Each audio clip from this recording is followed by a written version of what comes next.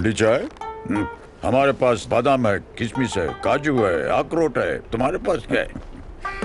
मेरे पास सलो है, गर्मा गर्म चाय। सेलो वैक्यू स्टील की थर्मोसील टेक्नोलॉजी रखे गर्म को गर्म और ठंडे को ठंडा 24 घंटे। ये ठंडा भी रखता है? ठंडा लस्सी पिएगा? सेलो वैक्यू स्टील फ्लास्क रखे गर्म या ठंडा 24 घंटे।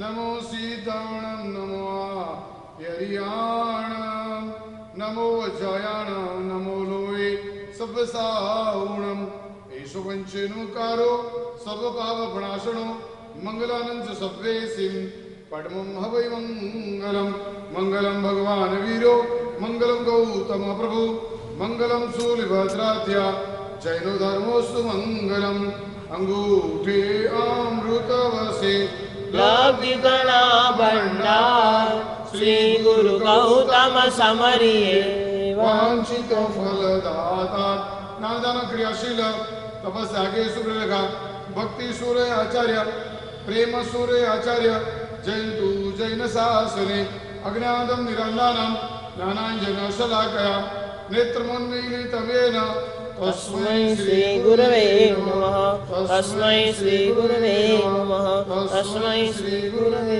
नमः। मनुष्य जन्म की प्राप्ति हो जाना यह आपका भाग्य है। आपने ये बात कई बार सुनी है, लेकिन एक बार अपने दिल से प्रश्न कर लेना, क्या आपको निश्चित लगता है? चाहे परमात्मा महावीर ने कह दिया, चाहे यीशु ख्रिस्त ने कह दिया, चाहे हिंदू संतों ने कह दिया, शंकराचार्य जी ने कह दिया, चाहे मुस्लिम धर्म के कुरान में लिख गया, मनुष्य जन्म दुर्लभ है, सब कोई मानते हैं, सब धर्म मानते हैं। लेकिन क्या आपको लगता है कि आपको मिला हुआ मनुष्य जन्म दुर्लभ है? दुनिया क्या मानती है, दुनिया क्या कहती है, उससे मुझे फर्क नहीं पड़ता। मैं आपको पूछना चाहता हूं, क्या निश्चित आपको लगता है मुझे मिला हुआ मनुष्य जन्म दुर्लभ है?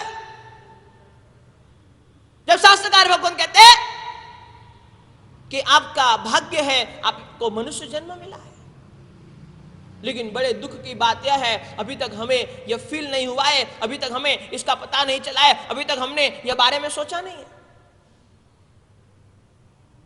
कितना लिख गए परमात्मा, कितना लिख गए शास्त्रकार भगवत, कितना कह दिया परमात्मा ने खुद की देशनाओं के द्वारा, लेकिन फिर भी हमारे पल्ले कुछ पड़ता नहीं है। हमको तो लगता है मनुष्य जन्म बहुत आसानी से मिल गया है, आगे भी मिलता जाएगा, आगे भी मिल जाएगा, कोई बड़ी चीज नहीं है। जब तक मनुष्य जन्म की दुर्लभता आपको समझेगी नहीं, तब तक यह जीवन जागृति के साथ आप जियोगे नहीं।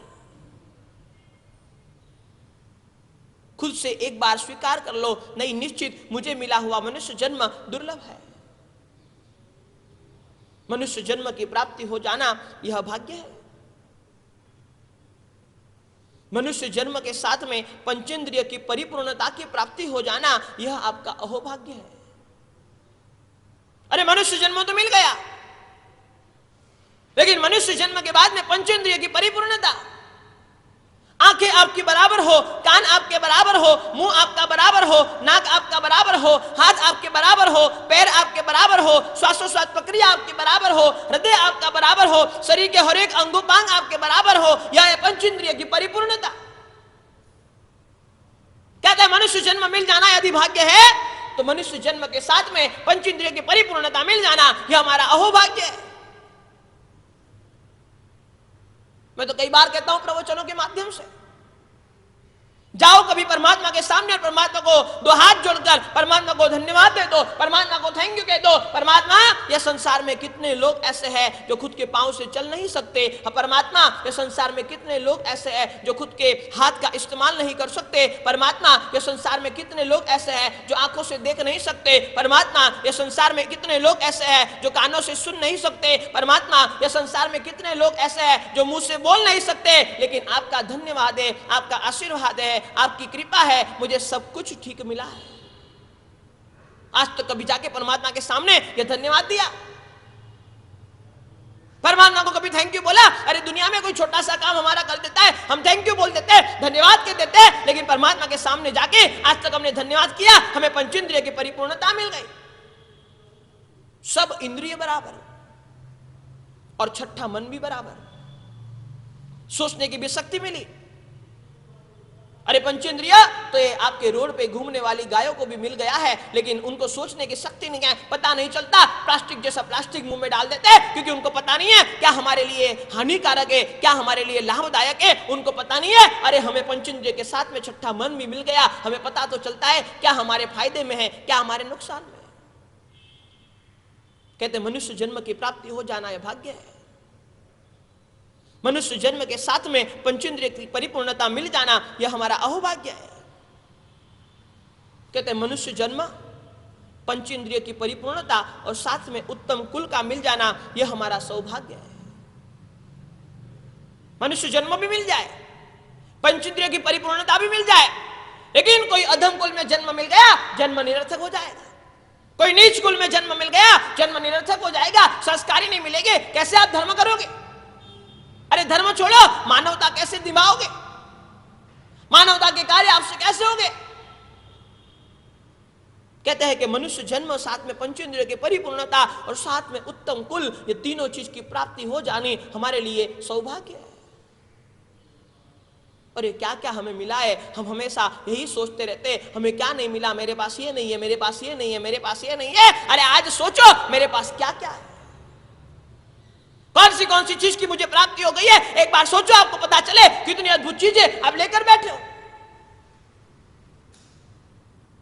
पंचेंद्रिय की परिपूर्णता तो मिल गई, लेकिन उत्तम कुल भी मिल गया, और ये तीनों चीज मिल जाना आपका सौभाग्य है। और मैं तो कई बार कहता हूं, उत्तम कुल यानी ऐसा कुल जहां जन्म से आपको संस्कार की प्राप्ति हो। उत्तम कुल या ऐसा कुल जहां जन्म से आपको धर्म सिखाया जाए, चाहे कोई भी धर्म हो, चाहे कोई भी चीज हो, लेकिन जन्म से आपको संस्कार मिलते रहे, जन्म से आपको धर्म मिलता रहे, जन्म से आपको भगवान मिलते रहे, जन्म से आपको सद्गुरु मिलते रहे, जन्म से आपको अच्छे माता पिता मिलते रहे, यह होता है उत्तम कुल। और एक चीज समझ लेना, ये उत्तम कुल की प्राप्ति भी बहुत बड़ी प्राप्ति होती है।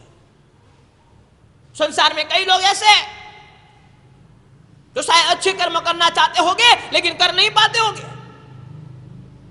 क्योंकि उन्हें नीच कुल मिल गया है। कहते हैं कि मनुष्य जन्म की प्राप्ति आपका भाग्य है। मनुष्य जन्म के साथ में पंचेंद्रिय की परिपूर्णता यह आपका अहोभाग्य है। मनुष्य जन्म, पंचेंद्रिय की परिपूर्णता और उत्तम कुल यह आपका सौभाग्य है। मनुष्य जन्म, पंचेंद्रिय की परिपूर्णता, उत्तम कुल और देव गुरु और धर्म की प्राप्ति यह आपका महाभाग्य है। समझो, कभी खुद के जीवन को जांचो, परखो, देखो, पता चले कैसी कैसी चीजें हमें प्राप्त हुई है।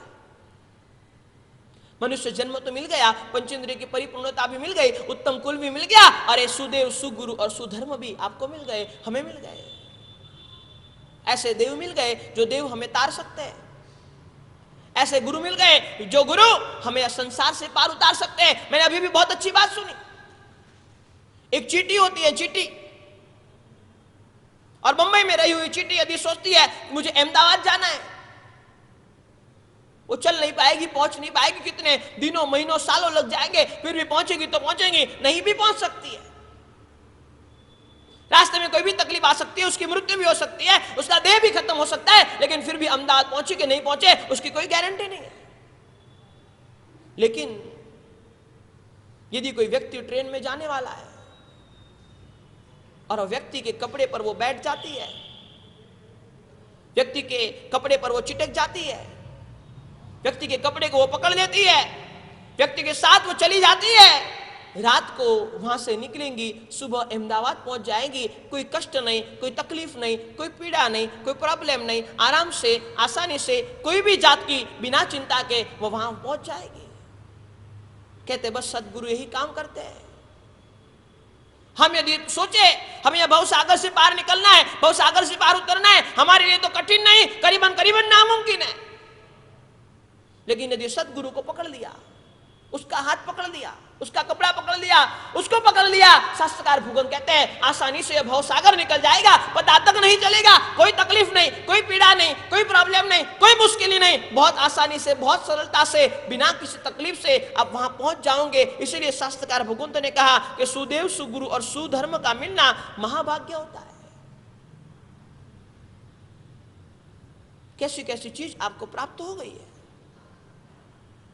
और यह महाभाग्य भी आपका है। आपको सुदेव भी मिल गए, आपको सुगुरु भी मिल गए, सुधर्म भी मिल गया। ऐसा धर्म मिल गया जो आपको सच्चा मार्गदर्शन देता है, सही दिशा दिखाता है। ऐसे गुरु मिल गए जो आपको हाथ पकड़ के भवसागर को पार करा सकते हैं। ऐसे देव मिल गए जिसकी आराधना से आप भवसागर तीर पाते हो। लेकिन शास्त्रकार भगवान कहते हैं फिर भी हमारा जीवन कहां है?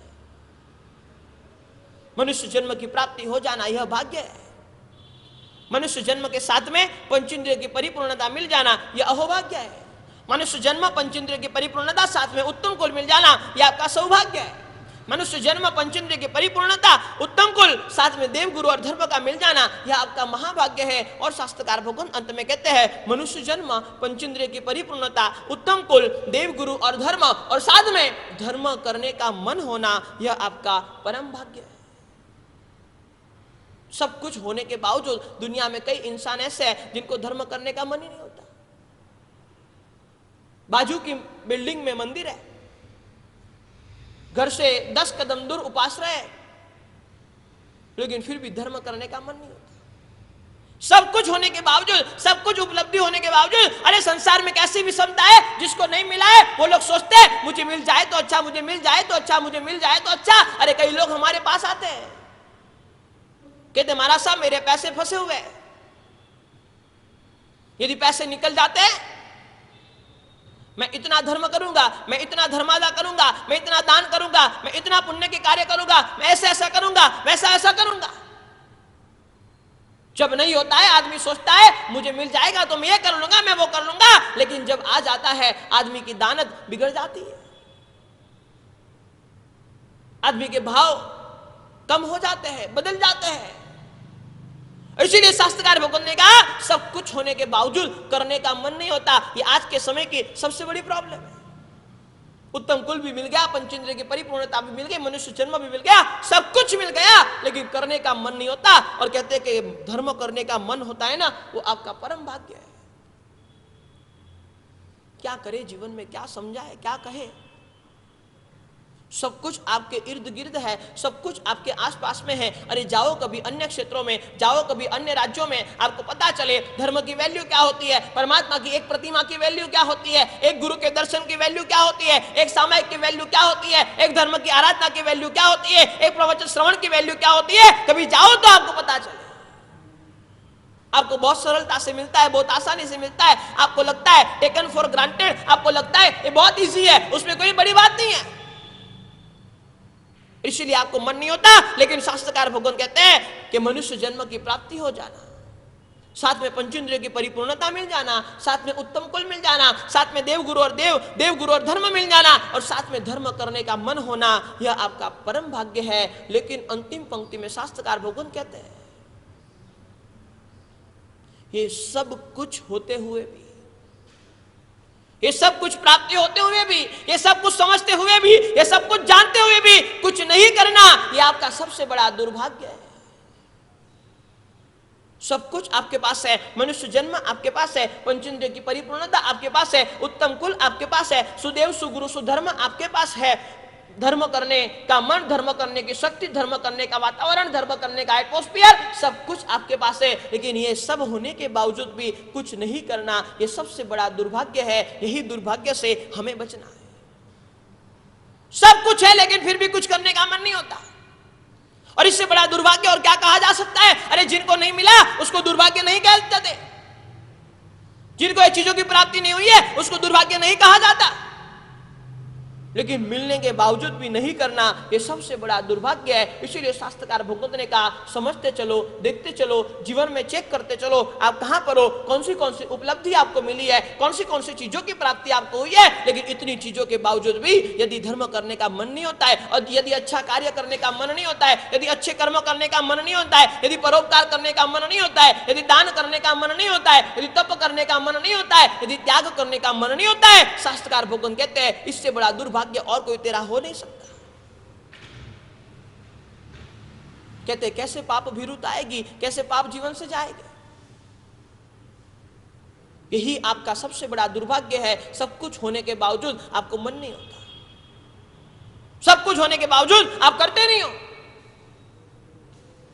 ऐसे ऐसे अवसर मिलते रहते, चतुर्मास के अवसर मिलते रहते, दान के अवसर मिलते रहते, तप के अवसर मिलते रहते, त्याग के अवसर मिलते रहते, फिर भी हमें करने का मन नहीं होता। यह हमारा सबसे बड़ा दुर्भाग्य है। इसलिए शास्त्रकार भगवान कहते हैं, समझते चलो, देखते चलो, जीवन को चेक करते चलो।